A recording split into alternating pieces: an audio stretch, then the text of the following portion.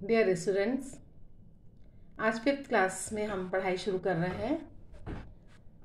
तो मैं पहली अभी जो कविता है ना, पहला वो आपको नहीं पढ़ा रही हूँ, तो वो मुझे आपको समझानी है अच्छी तरह से। तो पहले मैं ले रही हूँ पाठ 2, हंस किसका। एक बहुत अच्छी कहानी है, दया, ऐसी कहानी जिसमें कि दया और करुणा की भावना हमको देखने को मिलती है। तो हंस किसका जो कहानी कहा है ना, ये जो कहानी आपको सुनाई जाएगी, बताई जाएगी, आप जो देख रहे हैं, इसका उद्देश्य है कि बच्चों में दया और करुणा की भावना का विकास करना और उन्हें पशु पक्षियों के प्रति प्रेम करना सिखाना, संवेदनशीलता, चाहे मनुष्य के प्रति हो चाहे पशु पक्षी के प्रति हो, उसके भाव को जागृत करना और उन्हें एक न्यायप्रिय बनाना, है ना। तो इन सब उद्देश्यों को लेकर के कहानी आपके सामने है, हंस किसका। अच्छी तरह से आप इसको सुनिए, ध्यान से सुनिए, एक बार नहीं समझ में आएगी दूसरी बार सुनिए, और इसके प्रश्न उत्तर भी फिर मैं आपको भेजूंगी। आपको 2 कॉपी बनानी है, मैंने बताया, एक मेधा की और एक व्याकरण की, एक मेधा सॉरी, एक आपकी जो हिंदी रीडर की है इसकी बनानी है आपको, और एक आपको व्याकरण की कॉपी बनानी है। अलग अलग कॉपी बनेगी, जिस हिसाब से काम भेजते जाऊंगी आप काम करते जाइएगा। तो चलिए हम पढ़ते हैं कहानी हंस किसका। प्राचीन काल की बात है, मगध में शुद्धोधन नाम का एक राजा राज्य करते थे। राजा का नाम था, मगध के राजा का नाम था शुद्धोधन। उनका एक पुत्र था सिद्धार्थ। सिद्धार्थ बहुत ही दयालु था। सिद्धार्थ का एक चचेरा भाई देवदत्त भी था। सिद्धार्थ के चाचा का बेटा था देवदत्त। देवदत्त जो था, जैसे सिद्धार्थ तो बहुत दयालु था, लेकिन देवदत्त अत्यंत कठोर प्रवृत्ति का था। वो निर्दयी था, है ना। उससे शिकार करने में बहुत आनंद आता था। एक दिन राजकुमार सिद्धार्थ बाग में भ्रमण कर रहे थे, बाग में घूम रहे थे। अचानक एक हंस उनके सामने आकर के गिरा। उसके शरीर में तीर चुभा हुआ था और वह जो हंस था वो दर्द से छटपटा रहा था। हंस की छटपटाहट देखकर सिद्धार्थ का हृदय द्रवित हो गया, है ना। एकदम से उसने कहा, अरे ये क्या हुआ, है ना, द्रवित हो गया वो। उसने तुरंत घायल हंस को अपनी गोद में उठा लिया, मतलब उसको दया आ गई उस पर। उसने उसे गोद में उठा लिया, फिर धीरे से उसके शरीर से तीर निकाला, धीरे से, ताकि हंस को कष्ट ना हो, दर्द ना हो, और घाव धोने लगा। तभी हंस को ढूंढता हुआ देवदत्त वहां आ गया।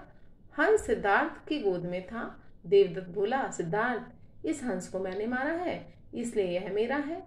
सिद्धार्थ बोला, देवदत्त, तुमने इस निरपराध पक्षी को मारकर अच्छा नहीं किया, मतलब इस पक्षी का तो कोई अपराध ही नहीं है, निरपराधी है ये तो, और मैंने इसे बचाया है, मैं तुम्हें नहीं दूंगा। अब देवदत्त ने कहा, सिद्धार्थ, बहस मत करो और मेरा हंस मुझे वापस कर दो। क्योंकि तीर किसने चलाया था?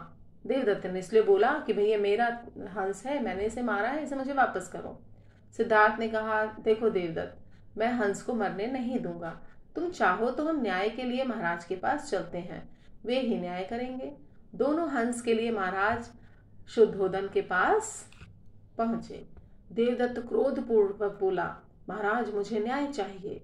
महाराज शुद्धोधन बोले, क्या बात है देवदत्त? देवदत्त ने कहा, महाराज, सिद्धार्थ मेरा हंस मुझे नहीं दे रहा। शुद्धोधन ने पूछा, सिद्धार्थ, क्या यह हंस तुम्हारा है? सिद्धार्थ ने उत्तर दिया, जी, यह हंस मेरा है, परंतु देवदत्त का कहना है कि हंस उसका है।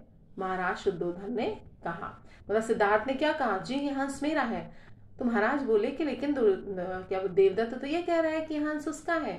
सिद्धार्थ ने विनम्रता पूर्वक कहा, महाराज, यह सत्य है कि देवदत्त ने हंस को मारने के लिए तीर चलाया था, लेकिन इस हंस को मैंने बचाया है, इसलिए यह हंस मेरा है।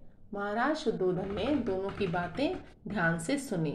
फिर बोले, देवदत्त, तुम इस हंस को मारना चाहते थे। सिद्धार्थ ने इसे जीवन दिया है। मारने वाले से ज्यादा हक बचाने वाले का होता है, अतः हंस पर सिद्धार्थ का ही अधिकार है। उसके बाद सिद्धार्थ ने हंस की खूब देखभाल की। जब वह ठीक हो गया तो उसे उड़ने के लिए छोड़ दिया।